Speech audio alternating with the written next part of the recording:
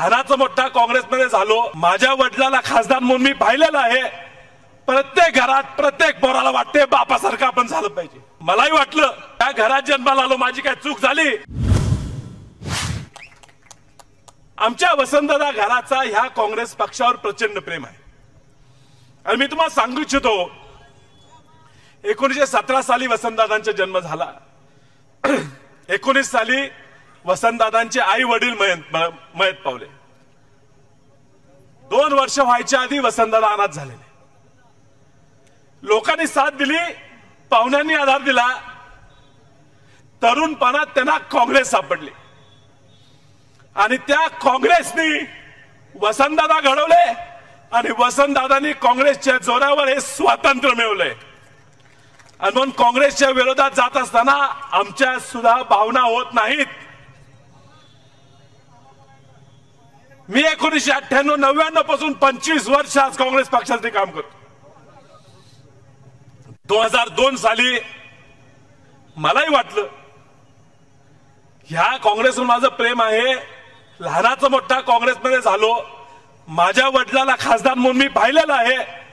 प्रत्येक घरात प्रत्येक पोराला वाटते बापासारखं आपण झालं पाहिजे। मलाही वाटलं त्या घरात जन्माला आलो, माझी काय चूक झाली। माझ्या आजासारखा बापासारखा मला व्हायला पाहिजे असं वाटलं म्हणून माझी काय चूक झाली। मी स्वार्थासाठी लढत नाही, पण 2002 साली मी पहिला म्हटलो मी काम करतोय जिल्हा परिषदेत, मला जायला पाहिजे। पक्ष लोकांनी सांगितलं घराने बाजी होईल, तू जरा थांब। मी थांबलो। लोक म्हटली थांब, थांबलो।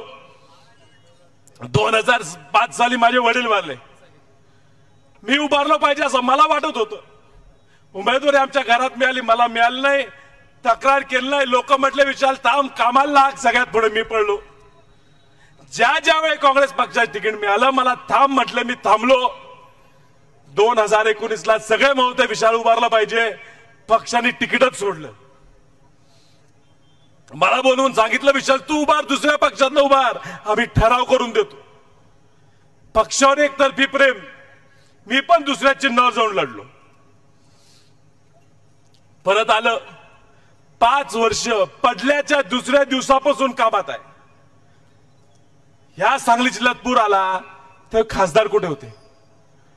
प्रत्येक गावात पुराच्या जाऊन पुराची मदत देऊन, किट वाटप करून, पडलेल्या घरांची पाणी करून फिरत असताना कोण वाळू कुठे सापडते का हुडकत होतं, कोण प्लॉट कुठे मिळते का बघत होता।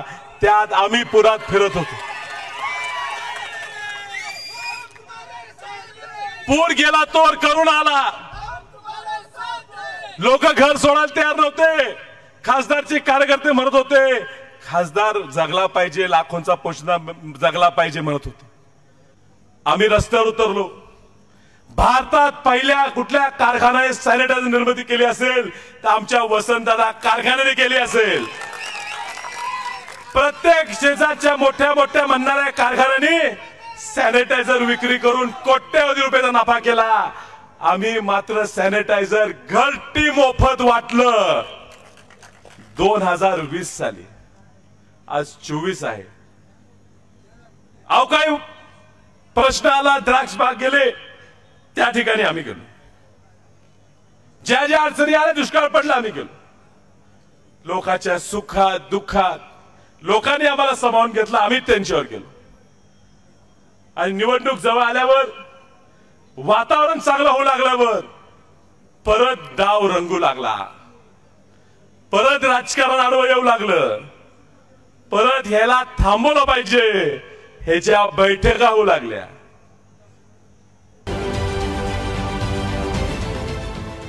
देश विदेशातील प्रत्येक घडामोडींचे लाईव्ह अपडेट मिळवण्यासाठी आता साम टीव्हीच्या सर्व सोशल मीडिया प्लॅटफॉर्मला लाईक, फॉलो आणि सबस्क्राईब करा।